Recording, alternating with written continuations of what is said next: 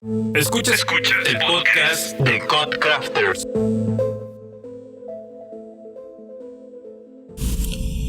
Bienvenidos, estamos aquí en Coworking Monterrey usando el equipo de audio en esta primera versión del podcast de Codecrafters. Vamos a ponerle la versión 0.0.1, ¿no? En esta ocasión nos acompaña Abel y bueno, su servidor Chuy. Hola, ¿cómo estás, Chuy? Muy bien. Buenas noches. Buenas noches. El objetivo de esta pequeña charla es explorar un poco las comunidades de grupos de usuarios de tecnologías en Monterrey. La historia que yo me sé, ¿no? Así como lo dijo un buen amigo, la historia que yo me sé de las comunidades en Monterrey y la historia que a ver se sabe, ¿no? Uh-huh. ¿Por qué? Porque bueno, yo tengo poco viviendo aquí, Abel es completamente de Monterrey. Bueno, entonces empezamos por ahí, después empezamos a abordar un poco el tema de hacer eventos pequeños, o eventos habituales que son de 5, 2, 10 hasta 30 asistentes. ¿Y cuál es la diferencia con hacer eventos ya más grandes, no? ¿Cuándo podemos decir que un evento es grande? ¿Y cuál es la diferencia? ¿Y cuáles son los formatos que funcionan para un evento ya más grande en nuestra experiencia? Y pues ya terminaremos con eso.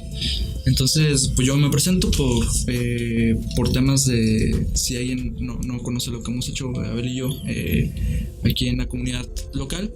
Soy Chulerma, soy programador, llevo ahorita una comunidad que se llama Codecrafters y nos juntamos de forma mensual a compartir conocimiento en una mesa de diálogo o en formato de presentaciones o charlas relámpago, ¿no? Y pues me gusta mucho el tema de comunidad. Llevo haciendo comunidad como 3 años aquí en Monterrey. En Victoria, de donde soy, ya hacía algo, ¿no? Unos clubes de programación en mi universidad. Y pues ya lo profesional me dedico a desarrollar sistemas, donde tengo como 9 años de experiencia. A ver, ¿cuál es tu background? Ok, bueno, muchas gracias, Chuy. Mi involucramiento con las comunidades de desarrollo de software empieza alrededor del 2014.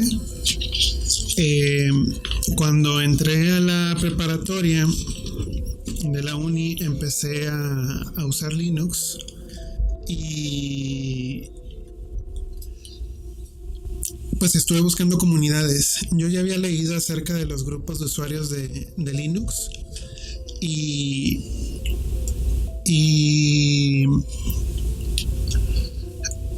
entre ellos me puse a buscar un grupo que se llamaba GUL UANL. En el grupo GUL UANL, cuando yo lo empecé a buscar, estaba empezando como una sesión de inactividad. Haz de cuenta que yo fui a una de las últimas reuniones que tuvo y citaron en un espacio, ellos citaban en un auditorio que era el de la Facultad de Ingeniería Mecánica Eléctrica, FIME. Yo llegué ahí alrededor de junio, mayo del 2014, antes de entrar a la preparatoria. No fue nadie, aparentemente fue como la primera reunión en la que ya no fue nadie. Okay. Nada más hubo otra persona, un ingeniero que andaba ahí en las pláticas. Yo no conocía nada de Linux en persona y yo llegué con las preguntas de qué es esto de Linux, qué onda, no sé, cómo se descarga, dónde lo consigo. Y él me mostró que tenía su computadora Fedora Core 3. Y yo dije, ok, se ve chido. Voy a ver cómo se descarga, cómo lo consigo.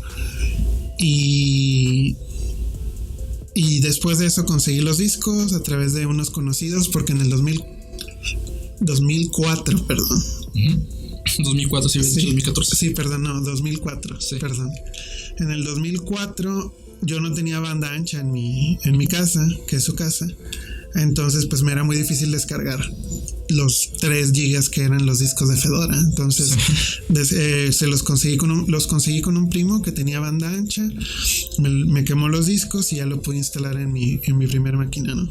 Ya de ahí en adelante, una vez que entré ya que una vez que empecé a usar Linux, me empecé a involucrar en internet con las comunidades en línea.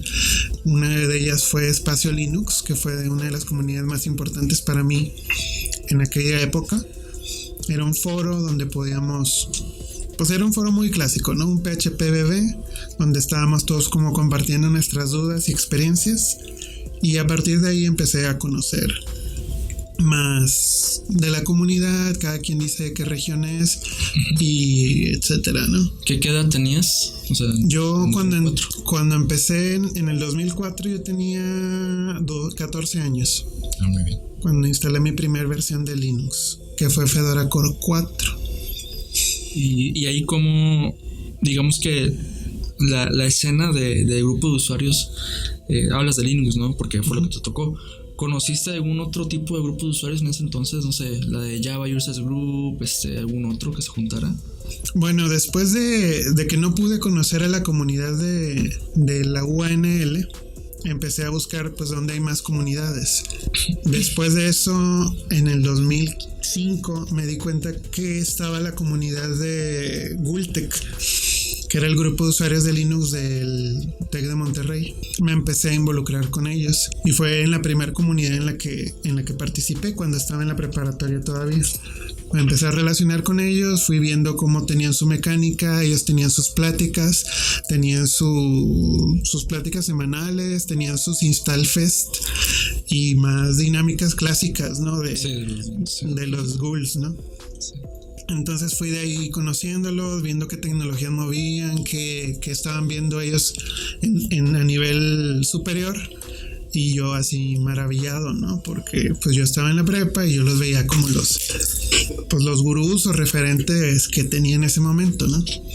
Entonces la primera comunidad en la que participé fue el Gultec. Estuve colaborando con ellos en las pláticas generales, no tanto como organizador, más bien como participante.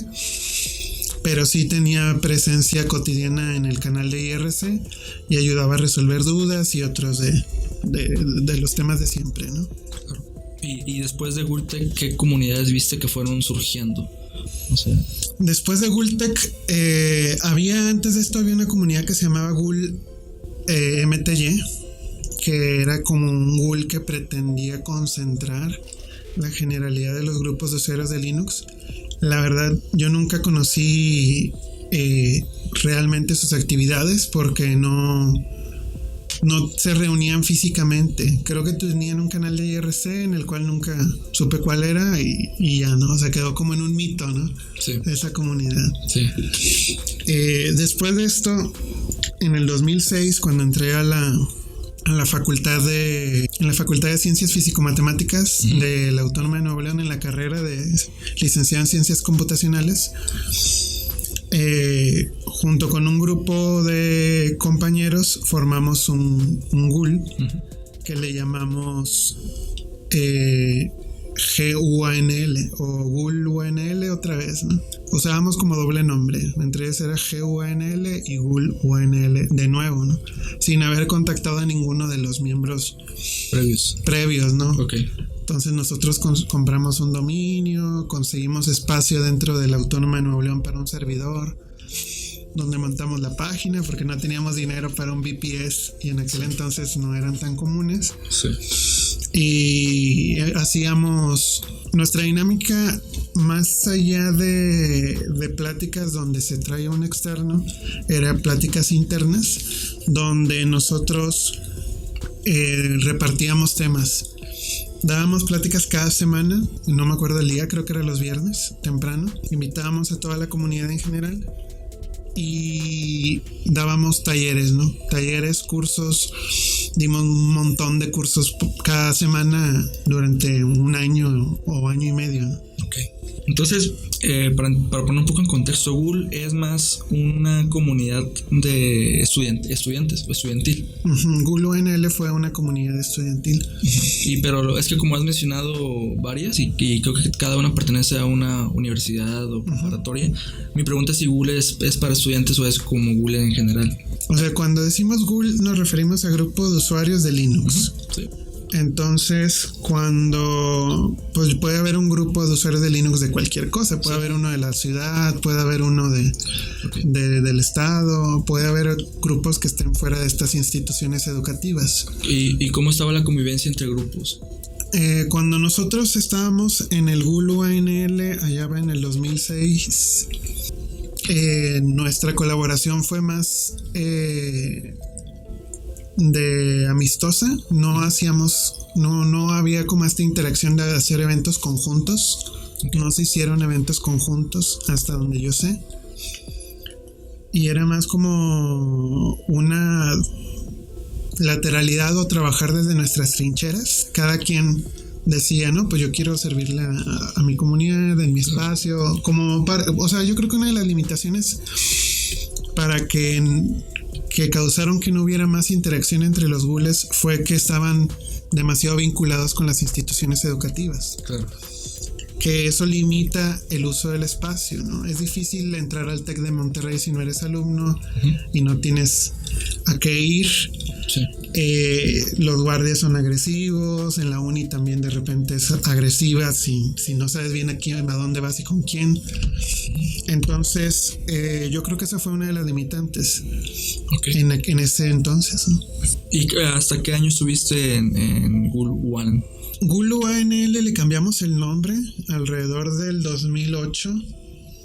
Creo que cuando desapareció fue alrededor del 2009, más o menos. 2009 desapareció por temas institucionales. Tuvimos un conflicto con la dirección de la facultad y ya nos pidió que tomáramos lista de asistentes o cesáramos actividades, y decidimos cesar actividades, ¿no? Ok. Y después, ¿qué siguió? O sea, ¿en qué comunidad estuviste activo o como asistente?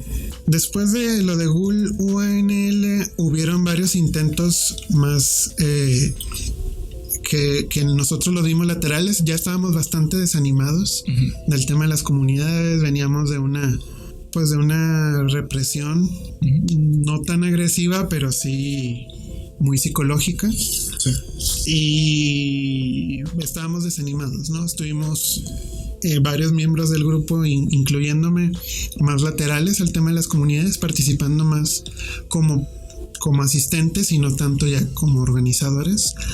Entre lo que se observó que se estaba gestando, estaba relacionado con iniciativas como Hackers and Founders, que creo que ya fue alrededor del 2011, no estoy completamente seguro. Y creo que había gente que estaba activa todavía en el tema de Codeando Monterrey o Coders MTY, pero ahí yo estuve desconectado en este periodo alrededor del 2009 al 2012, digamos, 2011-12. ¿En el 2012 ya surgió la comunidad de Python o no tienes más o menos la fecha? De la comunidad de Python surge por varios miembros del GUL UANL, incluyendo Joel Rivera, que fue miembro de GUL UANL y del proyecto que le llamamos Centex. Joel Rivera empezó a trabajar con la comunidad Python, no me acuerdo ahorita bien en qué año, pero es alrededor de estas fechas. Yo colaboré con Python como asistente o participante. Nunca me metí de lleno a la organización porque en primer lugar yo no soy usuario de Python. Claro. Entonces, pues yo sí creo que una comunidad de Python debe pertenecer a los que usan Python, ¿no? Sí. Sin embargo, he colaborado lateralmente, apoyo de cerca a otras actividades que han tenido, ayudo con la organización, pongo cheve, o botana, o plática, ¿no? O tema, etcétera. Con asistencia. Desde entonces no he participado formalmente como organizador en comunidad. Estuve colaborando también con ustedes en Codecrafters. Sí. Me ha sido muy importante para mí ayudar a otras comunidades como la suya a a sacar adelante algunos de sus proyectos, pero en sí que yo me haya asumido organizador en otra comunidad desde entonces no ha sucedido. Perfecto. Esta es una pregunta que no la habíamos contemplado, pero creo que es muy importante. Porque tú contribuyes a algunos proyectos open source y quisiera saber cuál fue la importancia de haber sido miembro de un grupo de usuarios, ¿no? O sea, si eso te motivó a después decidir contribuir, y si quieres también mencionar los proyectos en los que contribuyes para que la gente pues te vaya conociendo más en ese aspecto. Sí, bueno, antes de hablar del tema de las contribuciones y su relación con los grupos, yo creo que más bien es al revés. Yo creo que primero vienen las contribuciones y luego vienen los grupos. Yo empecé o sea, mi primer referente antes de usar Linux fue la teoría del software libre. Entre ellas fue uno de los documentos que es la Catedral del Bazar, el Hackers How To de Eric S. Raymond y otros documentos que me fueron como sumergiendo en este tema de la cultura cooperativa.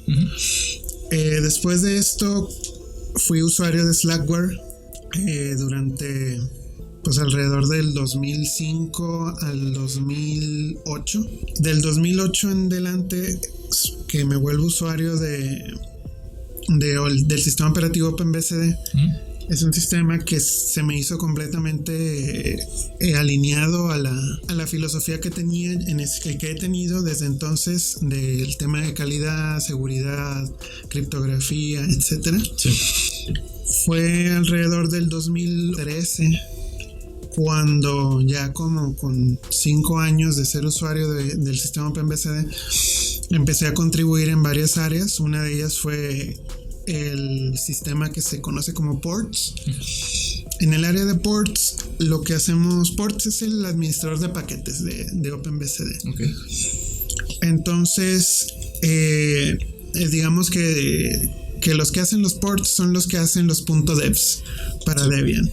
Entonces, hay varias comunidades dentro de un proyecto como OpenBSD. Una de ellas son los que hacen el sistema operativo, otros los que hacen los programas adicionales. Empecé a contribuir en esta área de programas adicionales. Soy contribuyente y maintainer de alrededor de 21 módulos. La mayoría de ellos relacionados con el lenguaje de programación que más usaba alrededor de estas fechas en que empecé a ser contribuyente, que fue por el 2011. La mayoría de ellos son módulos relacionados con Perl y con aplicaciones web en Perl.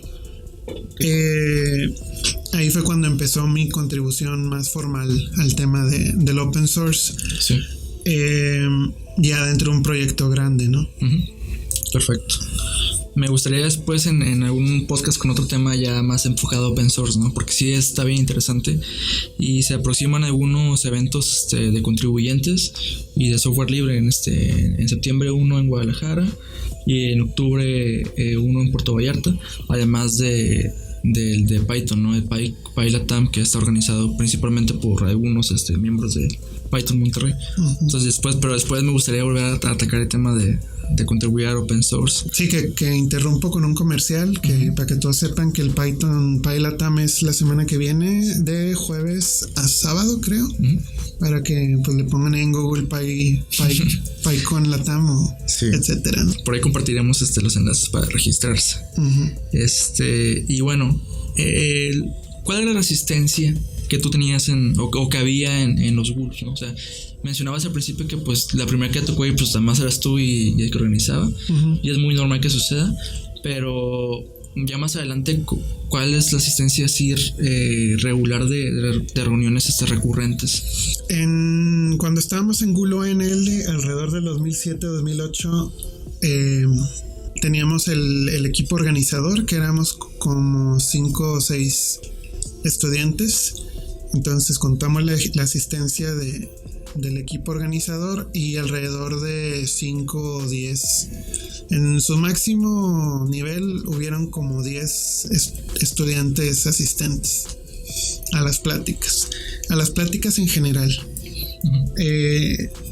Nosotros observamos la mayor parte del tiempo que había poca afluencia y poco interés por los estudiantes de la Autónoma en ese momento para participar en actividades extracurricular, ¿no? Sí. Sin embargo, quiero mencionar otro parteaguas muy importante que estaba omitiendo.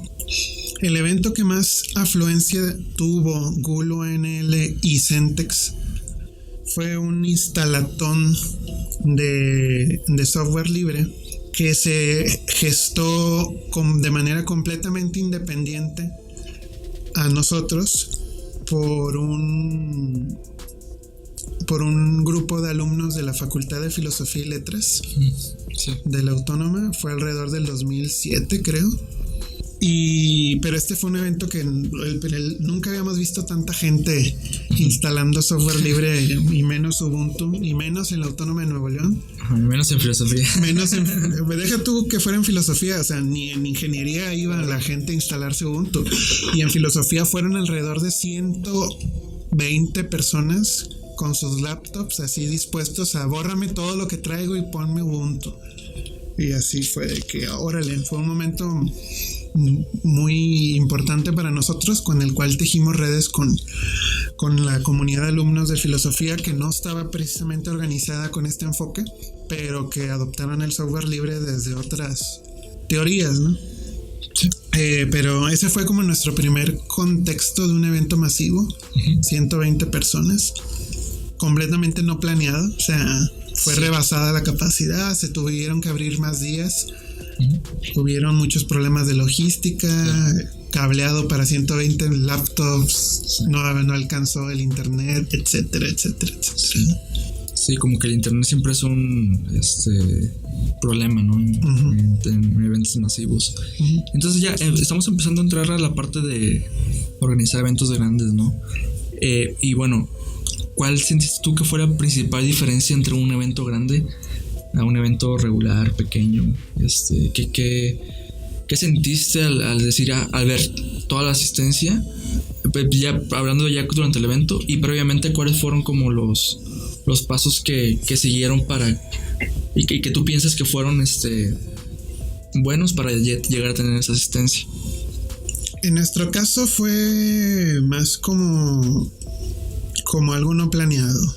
O sea, y la sensación de estar en el evento fue inicialmente, respecto a mi personalidad, fue un tema de frustración, en el sentido de que no estamos preparados para recibir esta cantidad de personas, no teníamos las condiciones para llevar a cabo el objetivo del evento, ¿no? Que en este caso era instalar Ubuntu, ¿no? O sea, lo primero es frustración. Sí. Pero pues lo siguiente es aprendizaje, ¿no? ¿Qué aprendemos de esto, ¿no? ¿Cómo lo hacemos para que no vuelva a suceder este conjunto de malas decisiones, ¿no? Y en los eventos subsecuentes, porque dices que tuvieron que alargar en días, ¿fue la misma cantidad de personas? Este evento del instalatón se alargó.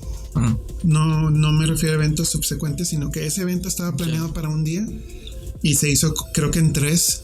Okay. Porque no alcanzó la gente, ¿no? O sea, recibimos 100 personas, se le pudo instalar a 30 y se les dijeron a las otras 70 ven al día siguiente, ¿no?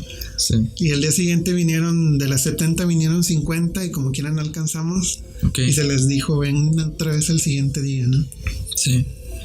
Ok, bueno, o sea, qué bueno que ese formato te permite hacer eso, ¿no? Porque digamos en un evento más de conferencias, pues si llega más de la cantidad esperada, pues lo siento mucho, pero no se puede entrar. Entonces, qué bueno que ese formato sí te lo permitía. Definitivamente. Entonces, bueno, creo que yo voy a empezar a contar un poco lo que me ha tocado involucrarme en tema de comunidades, y ya para empezar a concluir como diferencias entre eventos grandes, eventos pequeños, y ya también que yo vea que yo muestre lo de eventos grandes, pues ya empezar ya a debatir como. Sí, de hecho te propongo que si quieres cambiamos el rol y te entrevisto yo a ti. Perfecto. Bueno, primero que nada, ¿cuál es tu trasfondo? Primero que nada, ¿cuál es tu trasfondo? Segundo, ¿cuál ha sido tu involucramiento con las comunidades antes de llegar a la ciudad y después de llegar a la ciudad, ¿no? Sí. Pues mi trasfondo es, yo era un chavito que estaba en prepa. Bueno, en Victoria son Cebetis, que son como prepas pero con carrera técnica. Mi mamá me metió sin querer a una carrera que no quería. Entonces ya como para reparar el daño, terminando Cebetis me metió a un curso de verano. Y ahí aprendí a programar en C y en HTML. Entonces decidí como, esto me gusta, ¿no?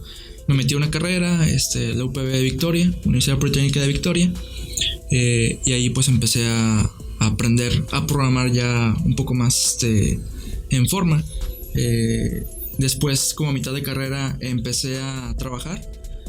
Y luego un poquito más después de la mitad de carrera empecé a trabajar más duro en programación. Y me di cuenta que había muchas cosas que en la escuela pues no te enseñaban, ¿no?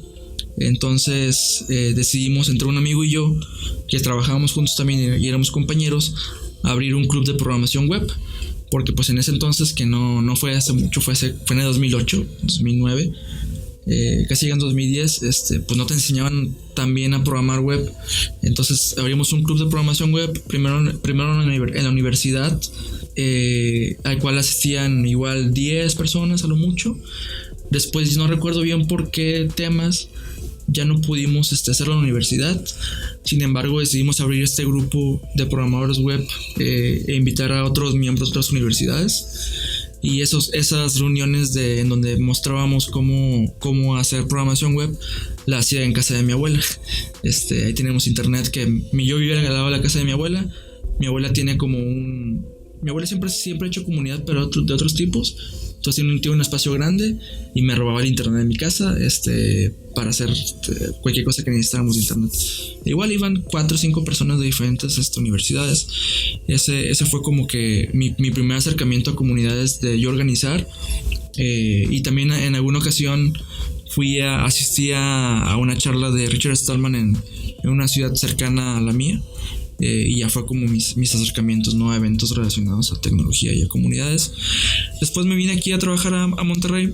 A Monterrey yo me vine con un lenguaje y un stack que no conocía tanto, que era Ruby on Rails.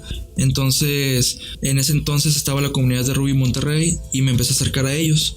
Y ese fue mi primer acercamiento como asistente, ¿no? Y fue como todo bien interesante, porque en ese entonces Ruby estaba medio de moda y la empresa que hosteaba los eventos también estaba de moda.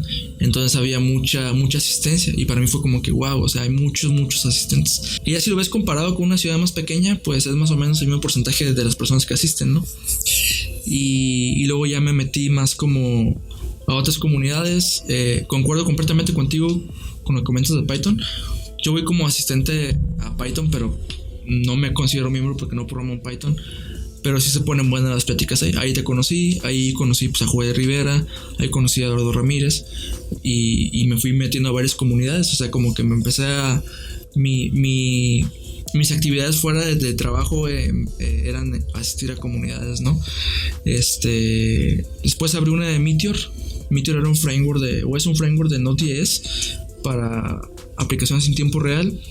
Y ahí el cuate que organizaba, que es Fernando, me hizo la convocatoria de quién quiere estar como organizador. Me uní, empecé a organizar ese meetup.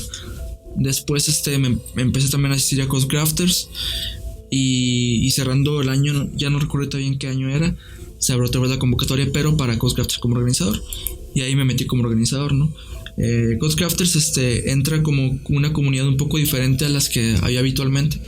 Por ejemplo, ahorita estábamos hablando del grupo de usuarios de Linux. Y así como había grupos de usuarios de Linux, había grupos de usuarios de Ruby, de Python, de JavaScript, de Meteor, de Drupal, de Go, de Erlang, de Elixir. Y Codecrafters es un poco más arriba en el sentido de que pues, tú puedes programar lo que tú quieras. Tú vienes a Codecrafters para compartir conocimiento general, ¿no? Y esperamos que cada reunión se comparta conocimiento que le pueda servir a cualquier persona, independientemente del lenguaje en el que programa. Entonces esa filosofía, esa forma de ver la comunidad me gustó. Y pues por eso decidí entrar como organizador. Cuando entré como organizador, una de las inquietudes que querían hacer los organizadores de aquel entonces, que eran Arnoldo Colín y Eduardo Domínguez, era hacer un Super Happy Dev House. Y lo hicimos. El Super Happy Dev House, el primero que organicé fueron como 70 personas, que fue en la empresa en la que trabajaba en aquel entonces, que es Contalink. Y en ese primer Super Happy Dev House, pues todo cambió, ¿no? Porque pues veníamos de organizar reuniones de 2 personas a 10 personas y de repente 70 personas. Afortunadamente sí esperábamos unas 30 personas o a lo mucho 40. Se superó un poco la expectativa, pero como que ya estuvo todo bien, todavía lo alcanzamos a organizar bien en ese momento. Y en ese Super Happy Dev House probamos una idea que era invitar a comunidades pequeñas para que se llegaran a conocer. Entonces estaba la comunidad de .NET, la comunidad de Meteor dando pláticas. Y resulta que las personas que fueron al Super Happy Dev House pues iban más a esas pláticas que al Super Happy Dev House en sí, ¿no? Y ya fue así como surgió la idea de hacer una reunión de comunidades de programadores en el que pues la idea fuera que los asistentes conocían a todo lo que está haciendo en Monterrey, ¿no? Y fue como surgió el primer día de comunidades, que reunimos cerca de 200 personas. Fue aquí en Coworking Monterrey. Y después en la versión 2 también fue una cantidad como de 150 personas. Y ya para no saber cuánto tan largo, no estarme tanto en esta historia, pues este mes, a inicios de mes, hicimos el 5º aniversario de Codecrafters, donde también reunimos cerca de 70 personas, ¿no? Y ya esa es como que la historia que me ha tocado vivir de comunidades, tanto en Victoria como aquí en Monterrey. Ok. Y respecto al tema de las actividades, pues la actividad general de Codecrafter es...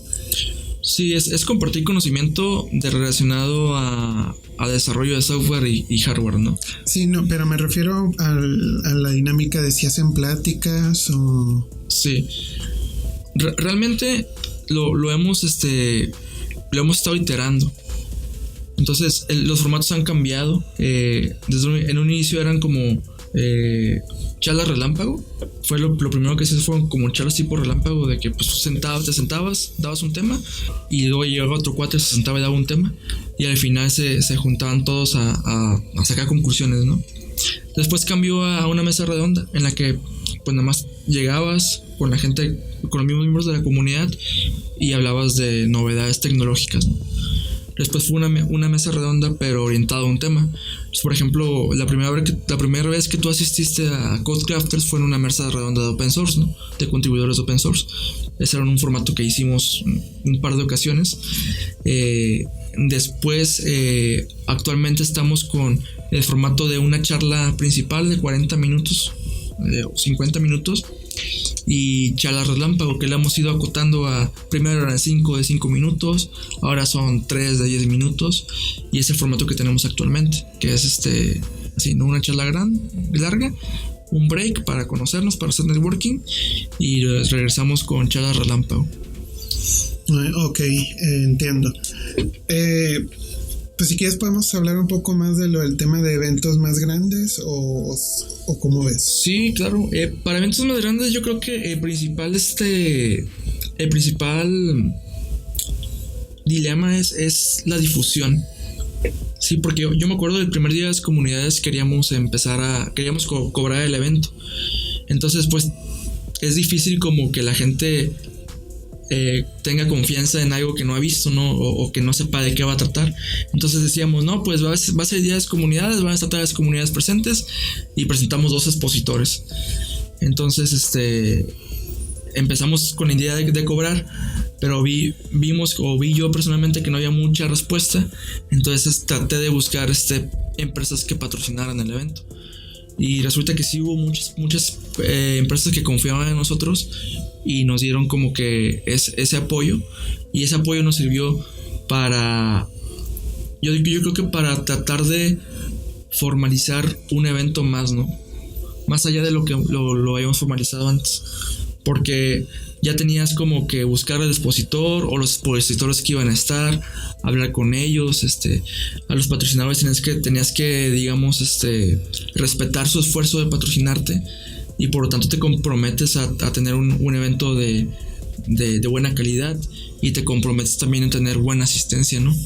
Entonces yo creo que esos son como que los principales retos de tener de hacer un evento grande, que es, pues si tienes un evento grande y están invirtiendo dinero en ese evento, pues trata de que salga lo mejor posible, ¿no? Eso es como que lo que yo veo como la diferencia con eventos pequeños, porque eventos pequeños me ha tocado como estar con 3 personas. Por ejemplo, Codecrafters lo abrí después en Victoria y la primera ocasión fueron 20 personas, que fue bastante para Ciudad Victoria, y la segunda ocasión fueron los expositores, yo y un amigo mío. Entonces fue como muy, muy baja asistencia, pero no pasa nada porque pues dices, no hubo tanta planeación previa, ¿no? Sin embargo, pues en un evento como el aniversario de Codecrafters, si hubieran ido nada más los puros organizadores, hubiera sido como un fracaso, yo creo. Entonces es más ese compromiso y la ansiedad que tú mencionabas al principio de decir de que tiene que salir bien. Ya. Ok. ¿Tú qué opinas? O sea, ¿cuáles crees que hayan sido? Tú estuviste, aunque no te consideras organizador de Codecrafters, estuviste involucrado en las sesiones, ¿no? ¿Tú cómo sentiste este evento de aniversario? Sí, bueno, aparte de hablar del aniversario de Codecrafters, quiero mencionar un poco más mi experiencia en eventos masivos. Sí. No lo menciono ahorita porque está fuera del tema de tecnologías de la información, pero mucha de mi experiencia con el manejo de eventos y logística viene de un colectivo en el que estuve contribuyendo, que se llamaba Colectivo Vibración, que era un colectivo artístico interdisciplinario con el que estuve colaborando en el área de producción, logística y en el área de literatura. Entonces, en este colectivo, uno de los objetivos era abrir espacios nuevos dentro del área metropolitana para que se presenten artistas que no conocen dónde presentarse y que no son presentables en los lugares cotidianos, ¿no? O sea, que no van a pedir una sala experimental del Teatro de la Ciudad, o que si se la piden no se las van a dar, ¿no? Entonces, en este colectivo nosotros hacíamos un evento cada 6 meses que se llamaba Encuentro de Creadores. El Encuentro de Creadores era un congreso que hacíamos durante 2 semanas, durante todo el mes en el área metropolitana de Monterrey. Cada una de las 4 semanas del mes hacíamos 3 días de eventos, y en cada uno de esos días de eventos hacíamos 3 horas de eventos en 3 sedes diferentes. Entonces eso nos llevó a todos a estar explorando, resolviendo y trabajando mucho los temas de todo desde el principio, ¿no? Aterrizar la idea, logística, difusión, acaparamiento de los recursos, de los fondos, patrocinios, hablar con los espacios, bares, alcoholes, ver qué tema con las entradas o no entradas. Era un evento como que no tenía ningún fondo inicial, no tenía el respaldo de ninguna compañía. Entonces nosotros pedíamos más bien el respaldo de los espacios y de los mismos asistentes. Como no queríamos restringir la entrada a la gente, al público en general, lo que hicimos fue una dinámica de cooperación voluntaria en la entrada, donde la gente dice, oye, pues yo pongo tanto, ¿no? Pongo 20 pesos, pongo 5 pesos, no pongo nada, pongo 50 pesos, etcétera, ¿no? Entonces eso me llevó como a tener una idea a lo largo de esos 2 años que contribuimos. Me llevó a tener una idea de que necesita un evento masivo, cuáles son los retos generales, dependiendo de tu número de expositores y tu horario de actividad, cuánta gente necesitas que esté en la pura organización, en la pura coordinación de ellos, en la pura coordinación con el público, por así llamarlo. Sí. Entonces, esto me ayudó a transportar este conocimiento a otro tipo de eventos, incluyendo los eventos de desarrollo de software y de tecnología de la información. En Codecrafters, ¿cuáles fueron los retos? Pues yo creo que son los retos que hay siempre. Cómo resolver el tema del espacio, cómo resolver el tema de la cantidad de gente. O sea, para saber qué espacio necesitas, necesitas saber cuánta gente va a ir. Y para saber cuánta gente va a ir, necesitas tener claro cómo está tu estrategia de difusión. Necesitas tener claro, a ver, si en Facebook dicen que van a ir 300, ¿cómo hacer? ¿Para qué planeamos? ¿Planeamos para 30, para 50, para 100, etcétera, ¿no? Pero esa es como la punta de ese tema. Pero no me gustaría clavarme ya tanto en eso porque ya andamos más cortos de tiempo. No sé si te gustaría otra pregunta. No, yo creo que estoy de acuerdo con lo que mencionas. O sea, los retos se comparten porque son de organizar eventos.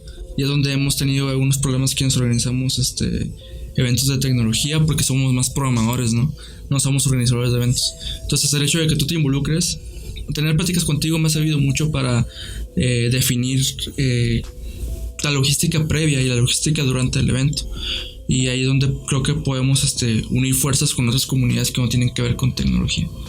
Pero sí estoy de acuerdo con todo lo que mencionas.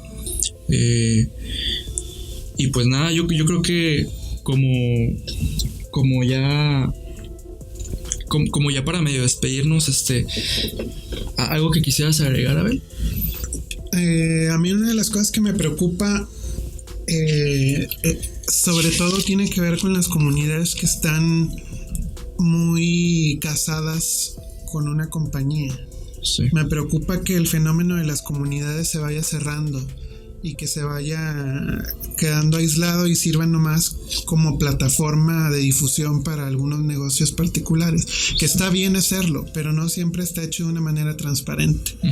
Yo creo que ese es un tema que hay que poner sobre la mesa y que vamos a tener que ir desarrollando, o es algo que a mí me preocupa mucho. Para mí el escenario ideal de las comunidades en general, no nada más en Monterrey, es que se puedan hacer de veras proyectos que sean hechos por la comunidad y no por un equipo organizador, ¿no? Porque luego siempre hay una dinámica como de que nosotros decidimos y ustedes reciben, ¿no? Yo creo que para mí el ideal máximo sería que tuviéramos un involucramiento íntegro donde los asistentes entraran y vinieran como organizadores y pudiera haber de veras un crecimiento. Sí. Porque si no hay una dirección, o sea, si no son clases, ¿no? Si no es como la escuela donde hay maestros, alumnos y terminan los alumnos y se van, ¿no? Sí. Y yo creo que esa no es la dinámica de las comunidades, sino que de veras se traduzca en un fenómeno más grande. Perfecto. Sí me ha tocado explorar ese tipo de comunidades. En algún momento llegué a apoyar a un grupo de estudio que es un poco más relacionado con lo que mencionas, ¿no? Porque un grupo de estudio vamos a aprender juntos. Entonces sí es como son comunidades de aprendizaje. Cada una tiene su formato, pero sí como que se siente mucho más real cuando es ese tipo de involucramiento donde todos están organizando y colaborando. Y esperamos llegar en algún momento como Codecrafters a ese objetivo, ¿no? Y por lo pronto, muchas gracias, Abel, por acompañarnos. Espero volver a retomar el tema de Open Source más adelante. Y gracias aquí a Coworking Monterrey por prestarnos el equipo. Muchas gracias, Chuy, por el tiempo. Muchas gracias, Coworking, por el espacio, el medio, el equipo y toda su atención. Perfecto.